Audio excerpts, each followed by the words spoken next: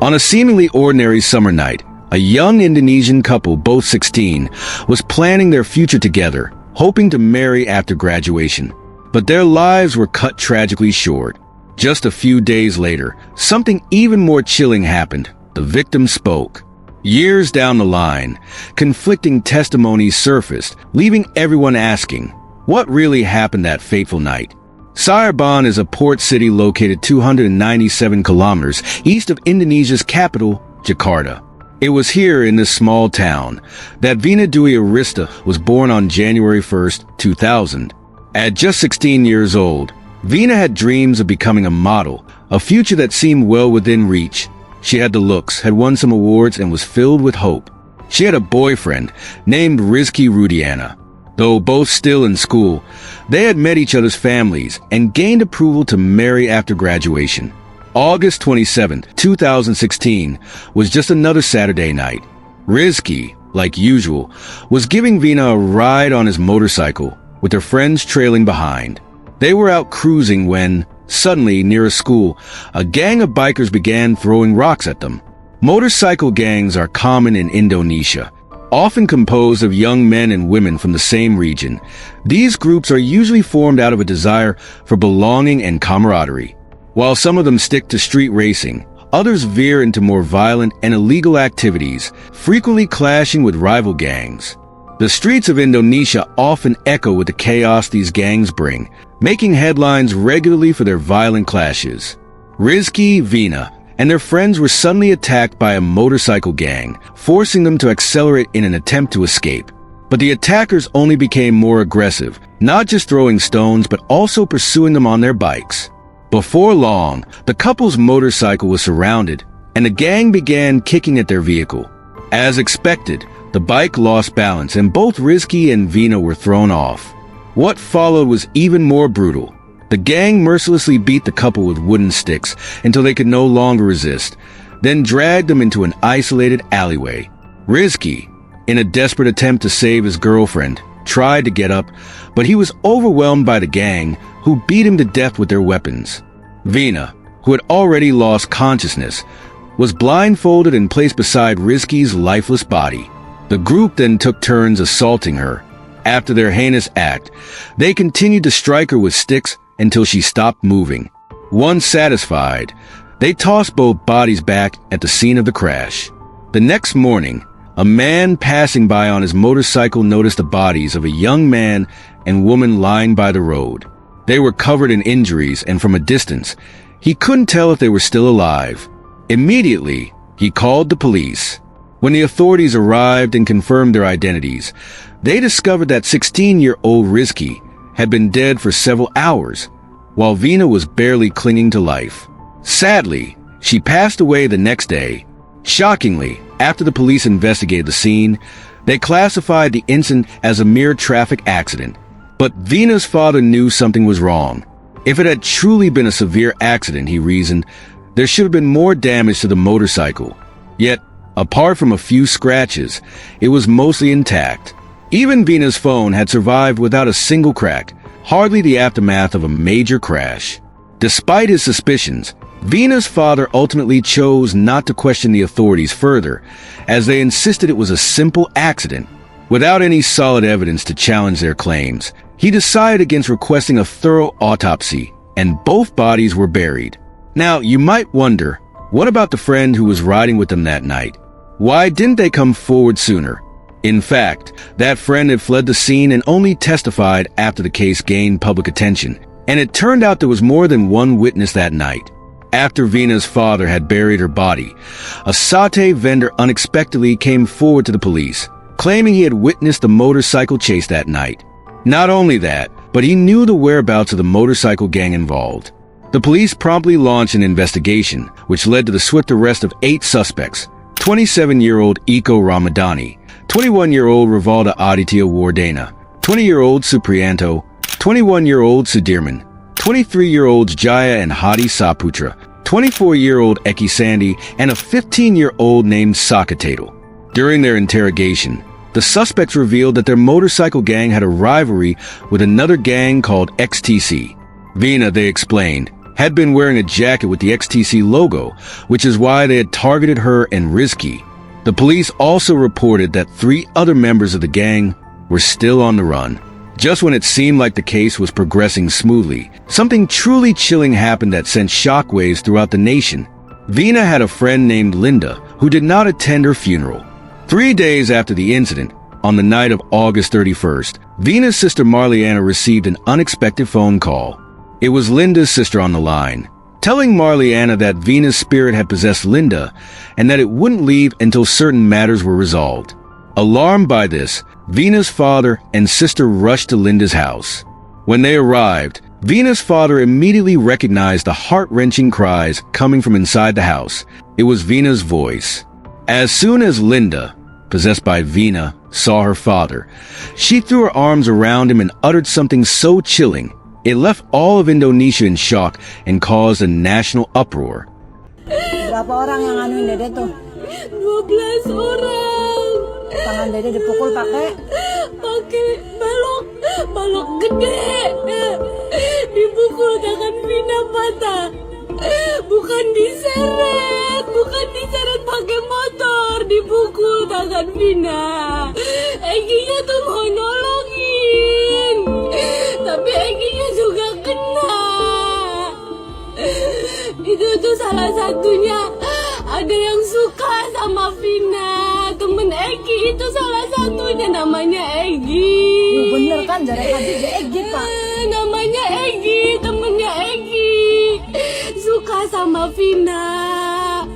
Terus Vinanya ngeludahin. Dia aja dendam kayaknya sama Vina. Orangnya udah ketangkep. Masih belum semua, Mbak. Jadi yang tenang di sana ya. Mbak, matiin semua, Mbak. Matiin semua, Dek. Mbak matiin semua. Dendam, Mbak matiin semua buat Dede. Tolong bantu. Ya, Mbak matiin semua buat Dede. Yang kabur ke Jakarta jangan lupa Mbak, itu otaknya Mbak itu. Karena itu anaknya polisi, Mbak. Egi anaknya polisi. Nggak tahu kalau yang Egi anaknya polisi apa enggak. Vina nggak kena, tapi dia suka sama Vina. In this recorded conversation, we hear Vina tearfully recounting the events to her sister. She reveals that there were 12 perpetrators involved, and one of them had a father who was a police officer.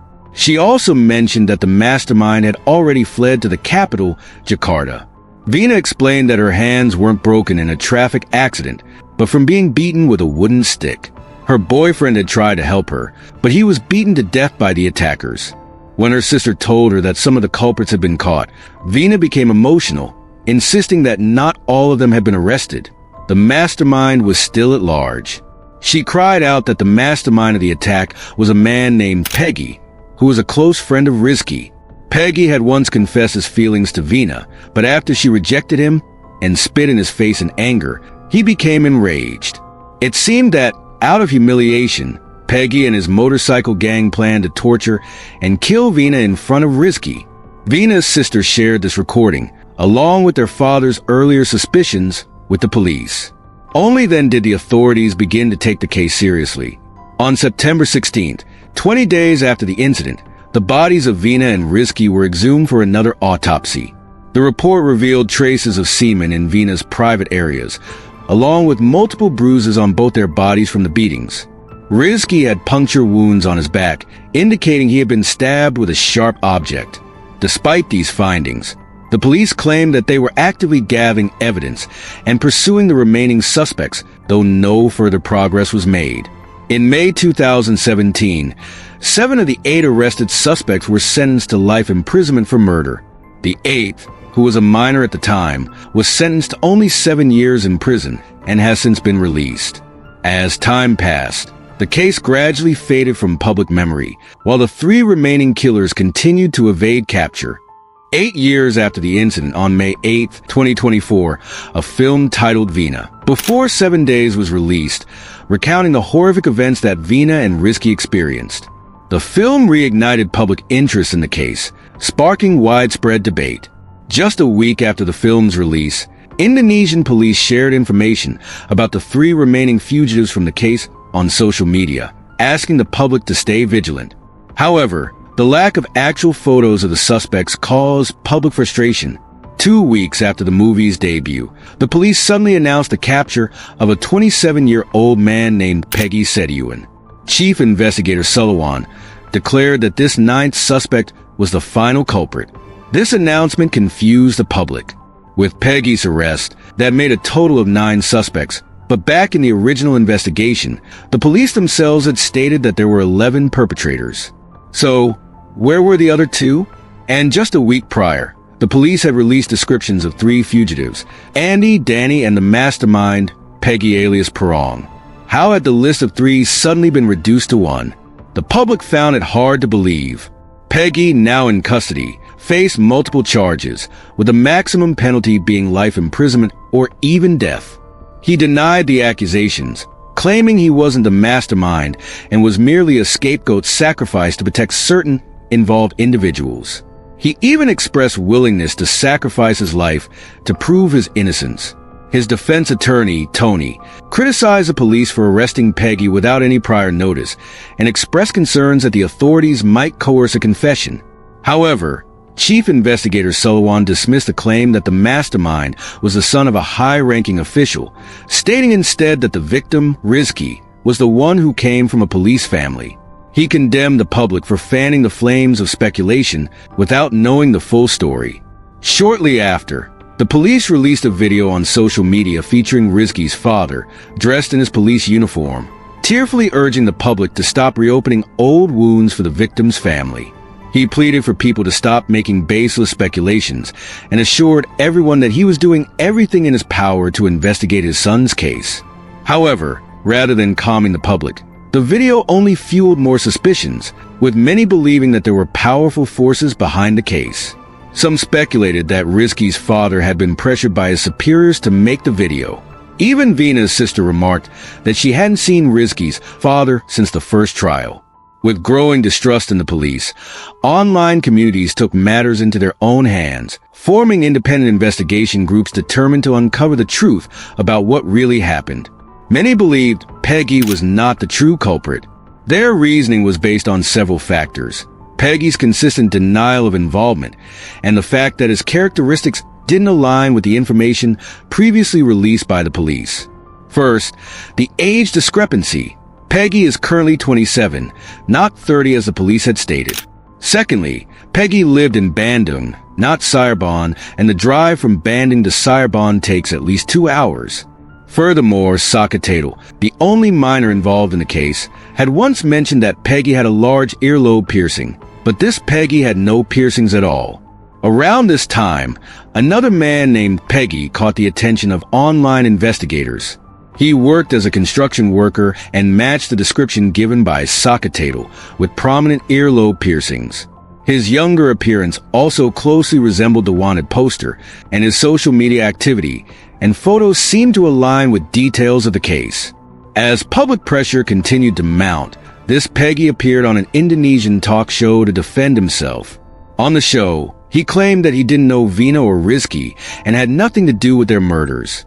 However, sharp-eyed viewers quickly noticed that Peggy was following Vina's account on social media.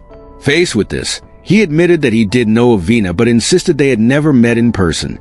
Additionally, he explained that while his home was only about 150 meters from the crime scene, he had been out for a ride near a friend's house the night of the incident. His friend's house, he noted, was a 6-minute ride from the crime scene. Although he was in the vicinity, he claimed to have no knowledge of what occurred during that time and said he hadn't heard any motorcycle chase or screams. When the host asked him about an old photo circulating on social media where he was seen wearing an XTC jacket and posing with a motorcycle, Peggy explained that neither the jacket nor the motorcycle belonged to him. They were borrowed from friends for the picture.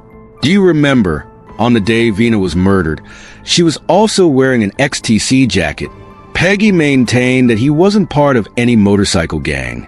In closing, Peggy shared that he and his family had been receiving significant harassment lately, with his sister even receiving death threats.